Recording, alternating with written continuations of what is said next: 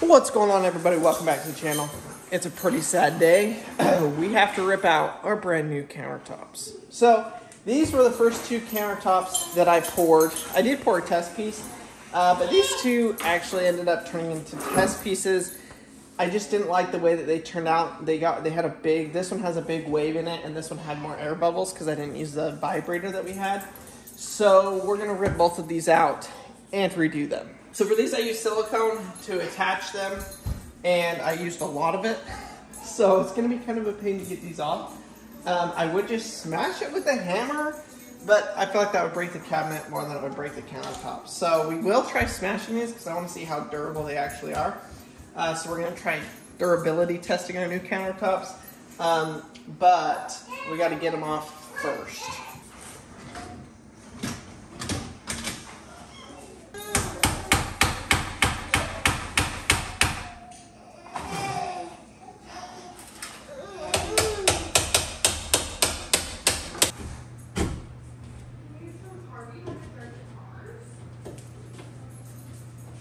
We're getting there.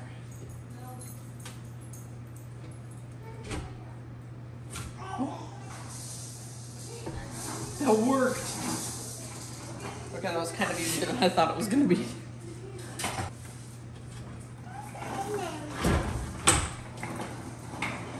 Well, baby. One countertop expertly removed. I'm going to take you guys through start to finish how I do these. I know in the other videos we kind of did some steps and then missed some steps, and I didn't really show you all the whole thing. So this is going to be a full-on tutorial basically of start to finish how to do this because, well, I'm redoing these two. No fault to the company. It was simply my learning curve.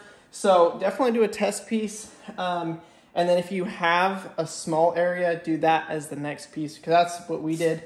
And after doing all of the rest, we're like, yep, let's just redo these two to make them perfect. So what I'm going to do first, I'm going to cut cement board to the size of the openings and completely cover it, and then use silicone to glue it down.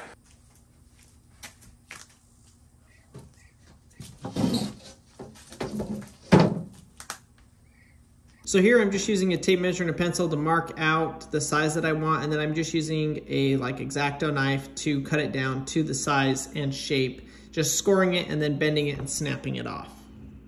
Just like that, we have a perfect square piece. Let's see just how perfect it is.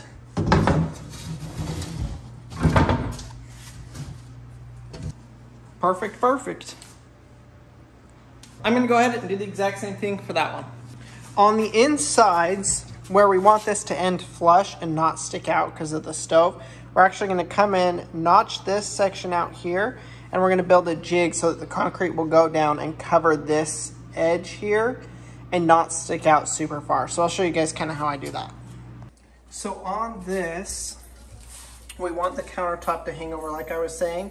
So we have it built like this so the concrete will fill this gap so that you don't see the cement board because you don't want to see that, you want to just see flush concrete. So what I'll do is I'll get another board that will come up and be level with both the front and the back piece.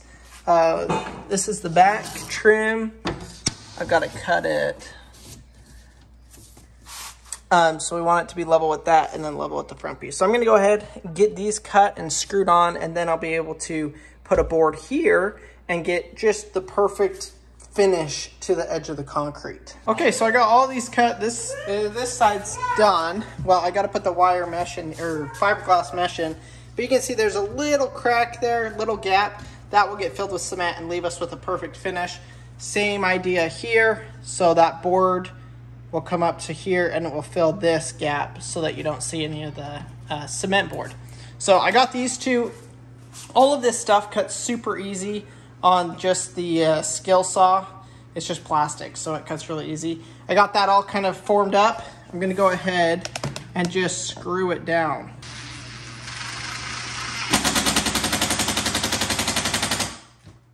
Screwing in the forms, you want to set your drill on the lowest speed so that it doesn't strip out. And then you can see here in the corner, I'm using just some duct tape to kind of tape and seal the corner off. Now that I've got the forms all put together, you can see I put a little bit of silicone in a couple of the different corners just to keep it from leaking. Sometimes it'll kind of seep through and leak on the edges. So I just go through and put just a little bit, just enough to help keep it out and keep it from making a mess. So I'll probably still end up making a mess, but you know, it is what it is. These forms now are completely done. What we are gonna do is add the fiberglass reinforcement. So the fiberglass, it just rolls out there, and they have what are called the Z-clips, and you use those Z-clips to screw it down. I'm just gonna measure this out here and snip it off with the scissors.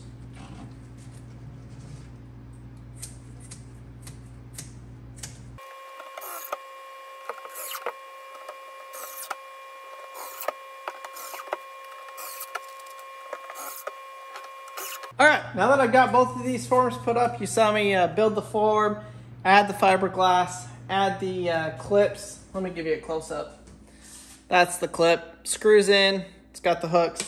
Now we are ready to pour. So a couple things to note when doing the pour, where we messed up earlier, is we added just a little bit more water so that it would be runny, and then having a good concrete vibrator is the key to the success of this. So I will show you guys the one that we're using. It's from Vivor. It's actually meant for like much bigger projects, you know, for doing piers and beams and stuff like that. But we were using it on the island, on all of this countertops, and it works amazing for this because it's a little bit overkill, and so it actually makes it turn out perfect. So I'll show you guys that.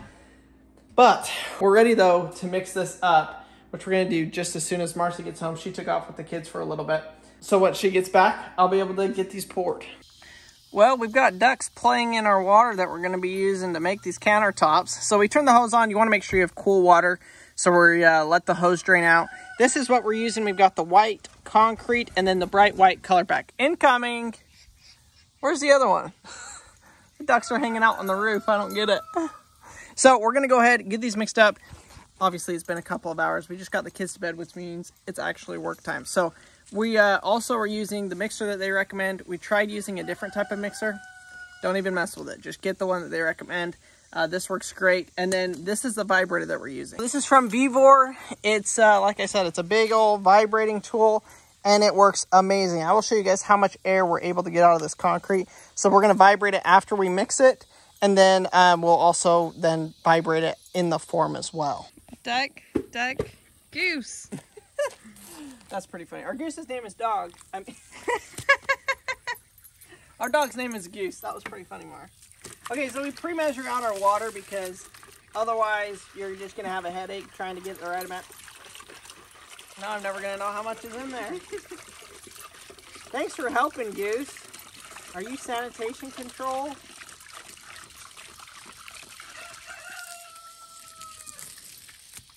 Goose loves to drink out of the hose. Like, it's his favorite thing. I'm using that water, Dog. And your bucket is, like, kind of tilted. Oh. Yeah, it's not flat. And that doesn't work either because then the bucket's bent. It's at 4. 4? That's what it looks like That's to me. 3.5. Okay. All right, so we're doing a little bit extra water. After doing, you know, as many of these as we've done, we like to add a little bit extra water, but do what you want. We're also adding the color pack, which you need to add a little bit more water with that too.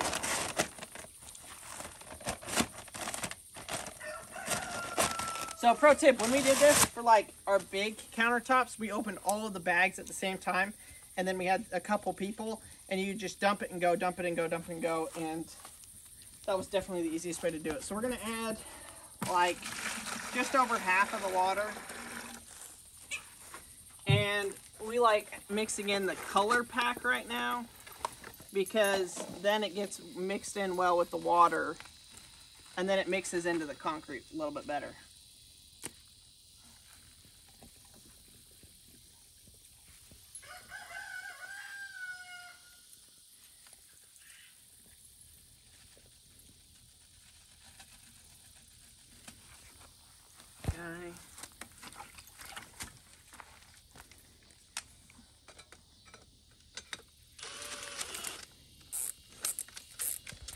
When he said to get the right mixer, he meant it, because the first time he did it with the other mixer, I couldn't do, but I could do it with this mixer. Like, it is so much easier to mix everything. Yeah.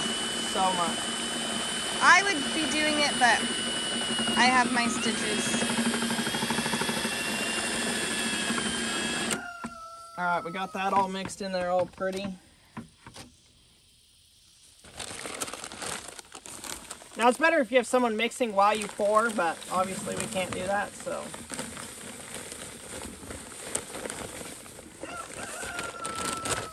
Mix half the bag and then mix the other half.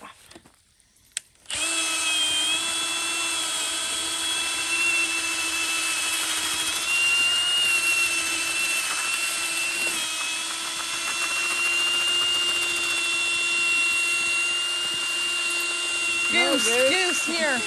Goose here. Sit. Sit.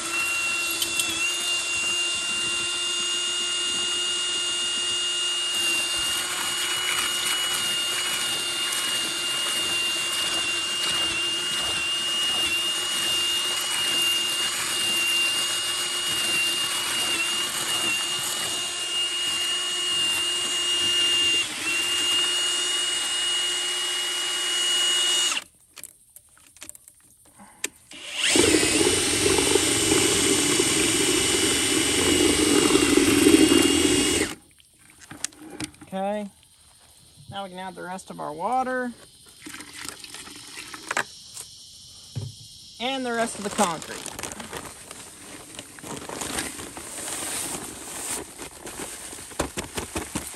Oh, Goose, you're laying in the mud.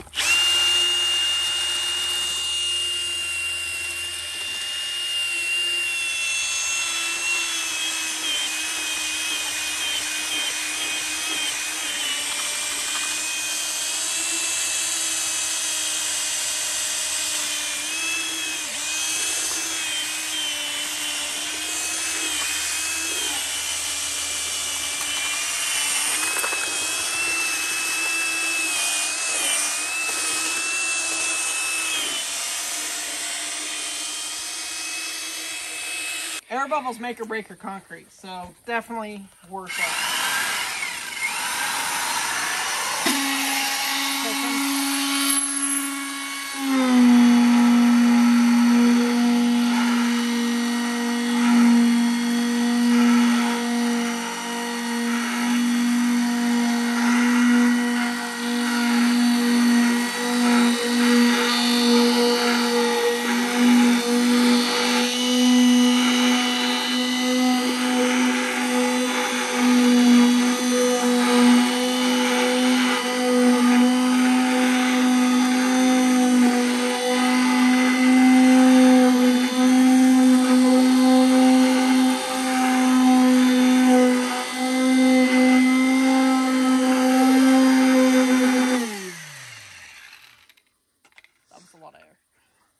All right, let's go dump it.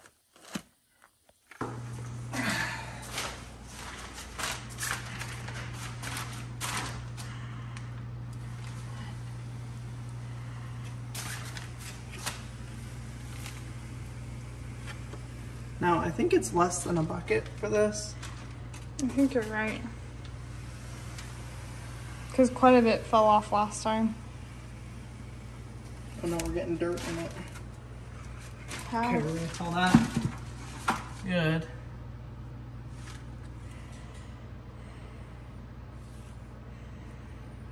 And bury the dirt. All right there.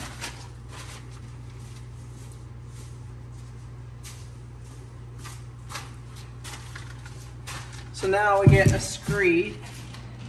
Whatever you have will work. And we just want to get a preliminary kind of before we go mix that other bag.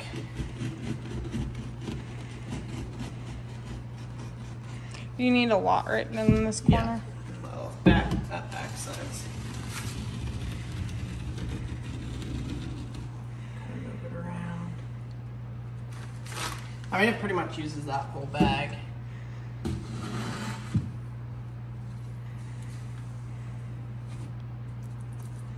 Okay. Don't worry, we covered the floor.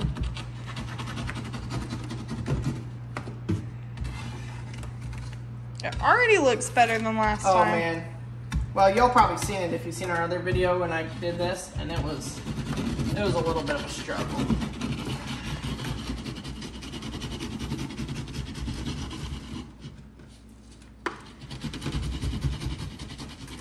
Wow, we're so much more calm now than we were the first 3.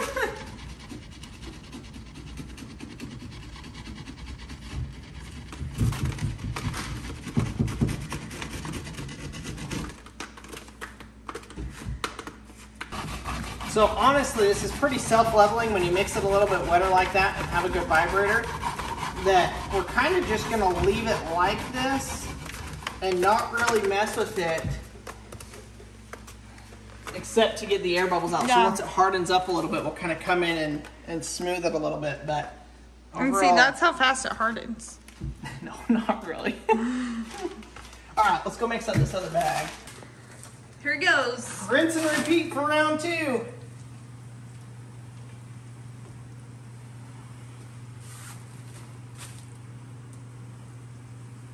I love the sound. They probably can't hear it.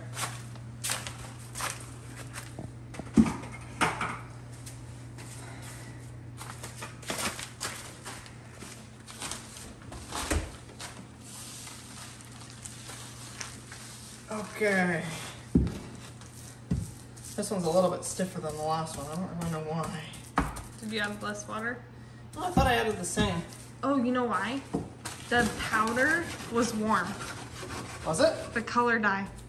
Oh. I used the color dye that was outside like you told me to. Shouldn't affect it too much. But it warmed up that water. Yeah. Like, I don't think it would have affected it if it would have been, sorry guys, I keep trying to move so you can see. If it would have been mixed at the same time, but where you just cooled or you warmed up the water, I think that's why.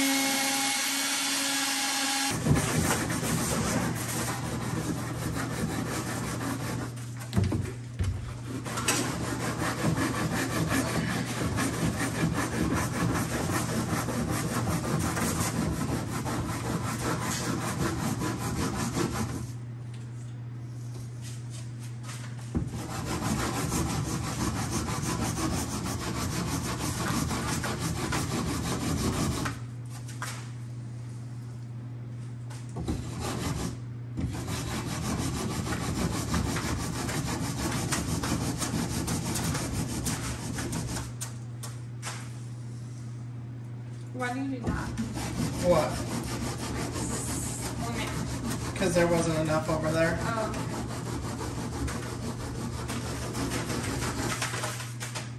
That's pretty good.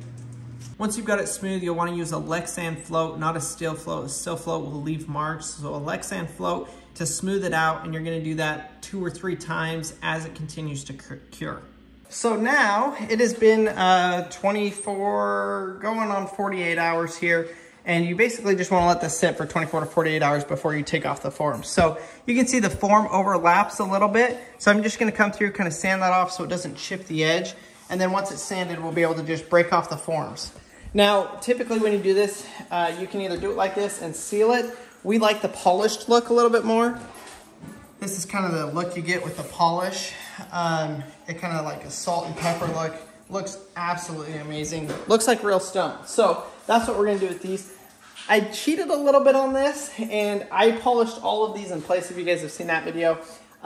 If not, you can go check that out to see how I did that. But these two, I actually didn't glue down the countertops yet. So to make it easy on myself, I made it like this so I can just actually pull these 2 pieces out, take them outside and polish them and not have to make the mess in here. So that's what we're gonna do with this, but you can also polish them in place. So I'm gonna go ahead, get these forms pulled off and we'll get polishing these. So these actually come off super, super easy. Just get on here pull it down. I remember it.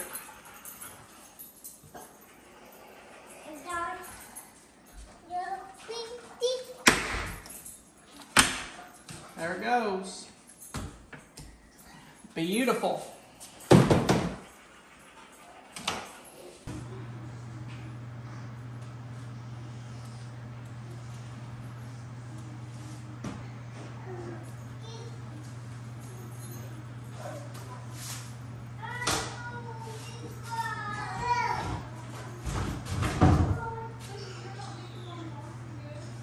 So we're using the wet polisher from Concrete Countertop Solutions.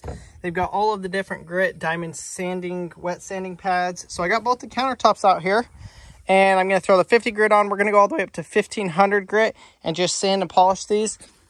There's really nothing to it. Just turn the hose on. You've got the water on the polisher, the speed on the polisher. You just polish this thing till it gets to about how you like it, and you call it good. So that's what I'm gonna do. I won't bore y'all with it though. I'll just get it sanded, and I'll show you guys the finished product. All right, y'all, look at that. They are done. Look at the shine on it.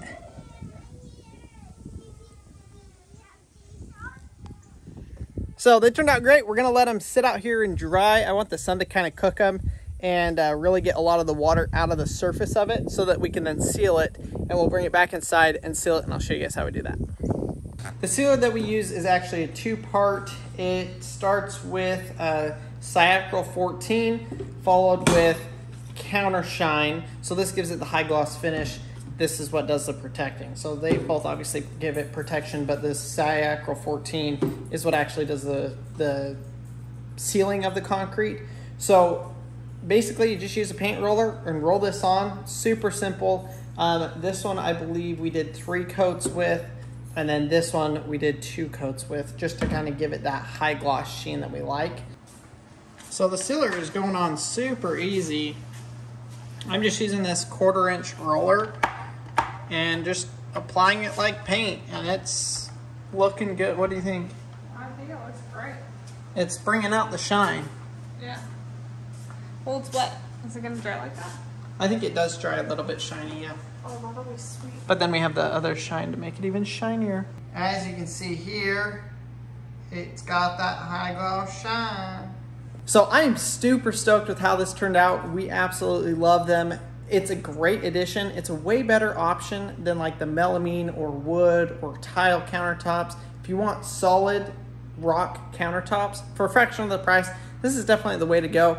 They're not sponsoring this video, but we have absolutely loved working with them. So I'll leave a link down in the description to everything that you guys will need if you want to do this project. They have all different colors, textures, styles, edge profiles, literally everything, any type of style that you guys want, they have it. So be sure to go check them out. I'll leave a link down in the description. Thank you guys for watching today's video. Hopefully y'all enjoyed it. We've got more house construction stuff coming. So stay tuned. If you're not subscribed, subscribe so you don't miss that. And we'll see you guys on the next video.